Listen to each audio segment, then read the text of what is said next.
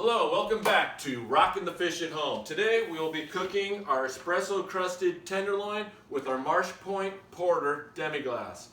So first thing, make sure you have your instructions and read through them thoroughly before you get started. And at the beginning, talks about what ingredients are in your meal kit, and we want to make sure we check that we have all of those and we are ready to go. Our meal kits are sealed with a beer label, and that beer pairs perfectly with that meal. So you don't have to try to decide, you can just ask, let me have the Marsh Point Porter beer that goes with this kit. So let's go ahead and get started. We're going to go ahead and open it. First thing I pull out is our seasonal veg, which is broccolini. The next thing I pull out is our espresso rub for our tenderloin steak. The next thing is our demi-glace. Then we have our garlic potatoes, and finally our tenderloin steak. Once you have those all ready, set out, you're going to be ready to cook at Rockin' the Fish at Home. Let's get started cooking. So first thing I'm going to do is pull a plate down, put my steaks on. Then I'm going to come over here, turn this pan to high. I want to get it as hot as I can because I'm going to be doing the potatoes in this pan right here. I'm going to grab a little bit of olive oil, put a little bit in there because we're just working to get these potatoes brown. We want to add some color to them. They're already pre-cooked, so you're just going to try to brown them and heat them up and get them warm. We're going to be doing them on the stove top. I'm going to start them over here on this burner, and then I'm going to move them to the back burner over here as I start cooking my steak on this burner right here. So I'm going to first open up my steak because I want to let those air out for a little bit and set them on this plate right here. Now we're going to be cooking 2 steaks today. We're going to have 2 meal kits so my camera crew can eat. Camera crew of 1, which is my lovely wife. Go ahead and open these, and they're going to be different temperatures because she likes hers medium to medium well, and I like mine rare. So what I'm going to do is squeeze mine up and make mine a little bit fatter and higher so I can get them done at the same time, and I'm going to smash hers out a little bit and make it thinner so I can start both the steaks at the same time and they'll be done at the same time. Now I just touched the raw meat, so I want to make sure I'm washing my hands.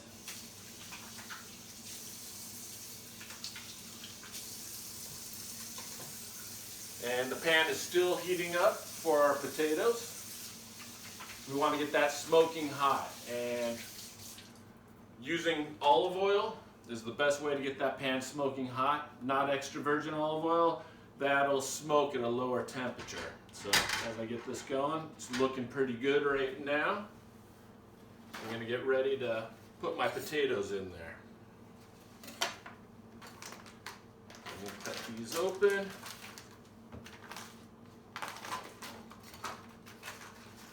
We're going to get them started. It's looking pretty close to being smoking, so I'm going to drop them in there, and I'm not going to stir them right off because I want to get some brown to them.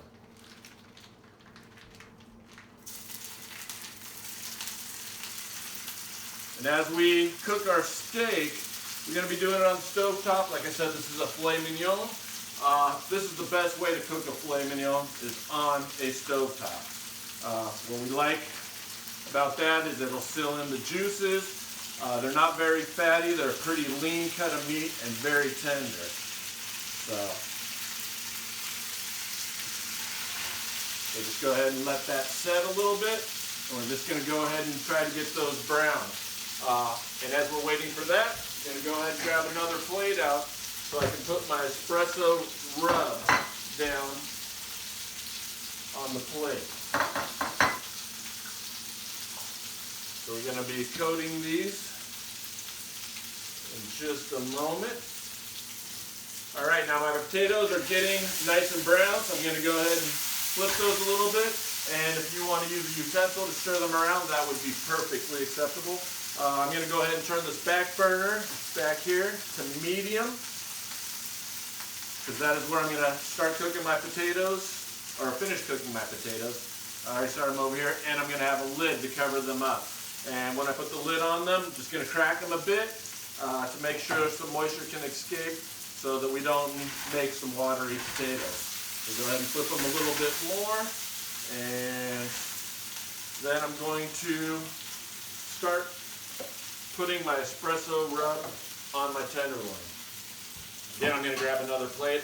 I don't like reusing the same plate when I'm dealing with raw meat. So I'm going to go ahead and take this, just put it on top, and then flip it around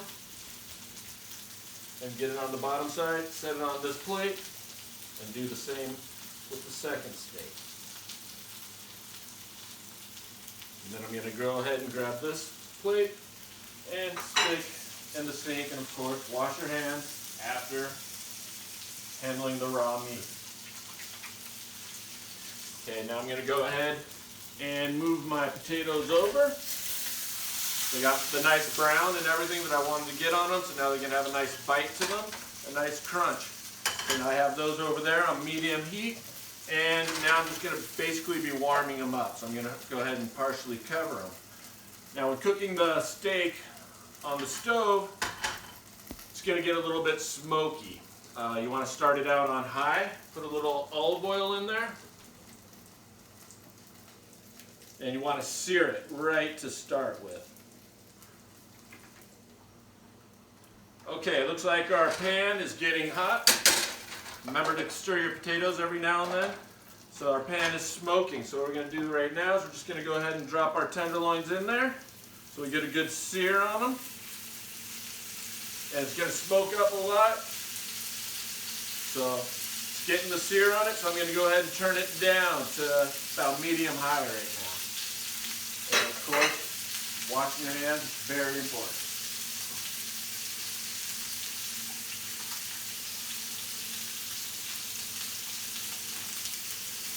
Okay, so as this is cooking, we got our potatoes going right here. We already opened our veg, so now I'm going to go ahead and just crack open the porter demi. And what I'm going to do is when the potatoes are about ready, I'm going to plate those, and I'm going to wipe that pan out, and I'm going to finish cooking the vegetables in that pan.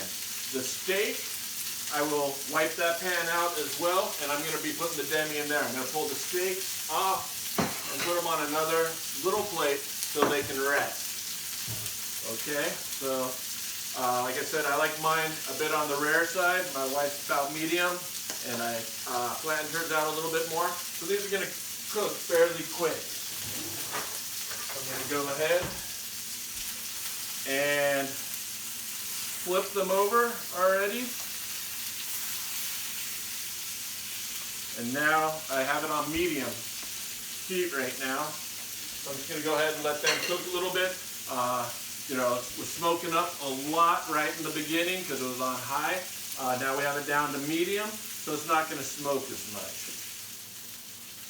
Okay, so our steaks are looking like they're just about there, ready to go. So I'm going to go ahead and flip the potatoes one more time. And I'm going to go ahead and pull my steaks off to let them rest. I'm going to take them, put them on this plate, and mine should be rare, and my wife should be medium. And you know, we talked about doing the test. You can have a thermometer to check them with, and in the instructions it tells you what temperatures are well done, medium well, medium, medium rare, and rare. Okay, so now we're going to get ready to plate them.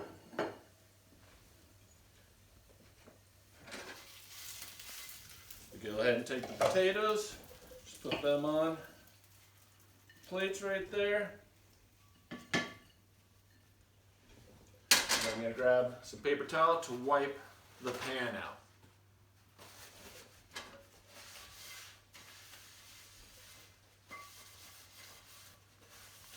So go ahead and put that back on. That's medium heat right there. I'm going to go ahead and put a little bit of olive oil inside there.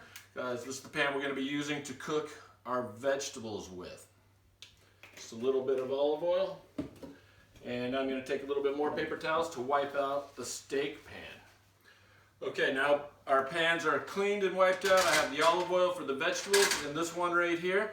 So what I'm actually going to do is take this pan, the vegetable pan, move it to my front burner and turn it up a little bit, almost to high. And then I'm going to take my steak pan and put it to the back burner, and I'm going to make sure that's on medium to medium high. And I'm just going to go ahead and dump the demi into that pan. The pan's hot, so it'll, start warming up the demi glaze pretty quick.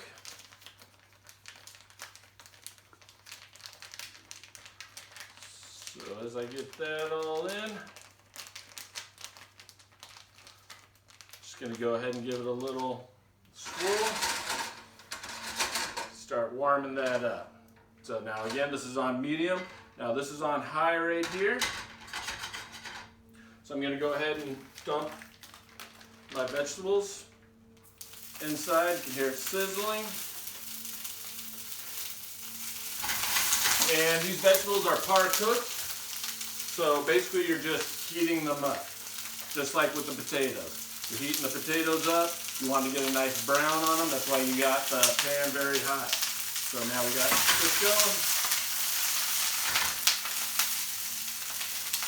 And you can use a utensil, tongs, or whatever to move your veg around. Now as you can see, my demi's starting to get a little hot there. I'm just going to bring it to a simmer.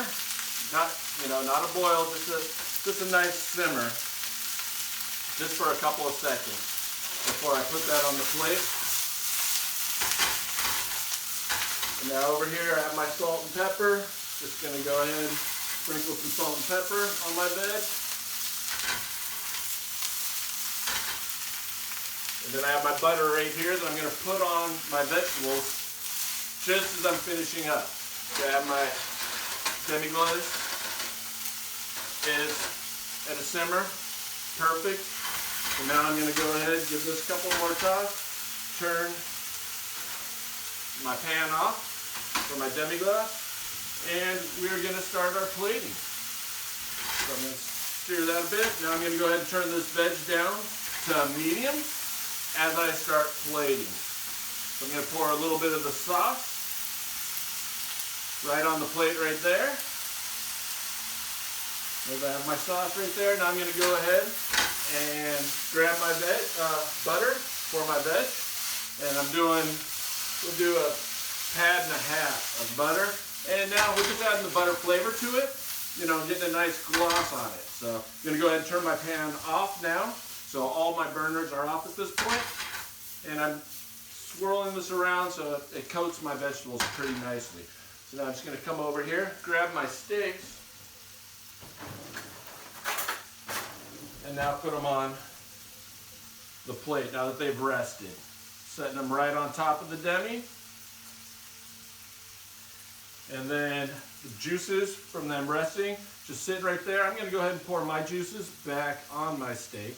I really enjoy that. And now my vegetables are ready to be put on. Just going to lay my vegetables right next to my steak. And again, you can use tongs for these so you don't burn your hands.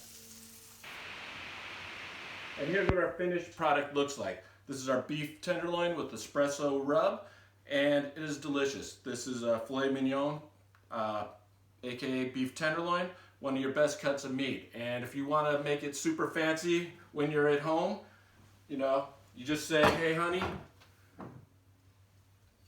I got us a growler of beer from Rockfish Brewery, but you want to make it super fancy. So then what you're going to do is get a super fancy growler and say, honey, I got us this great beer from the Anacortes Brewery, and I made this all for you.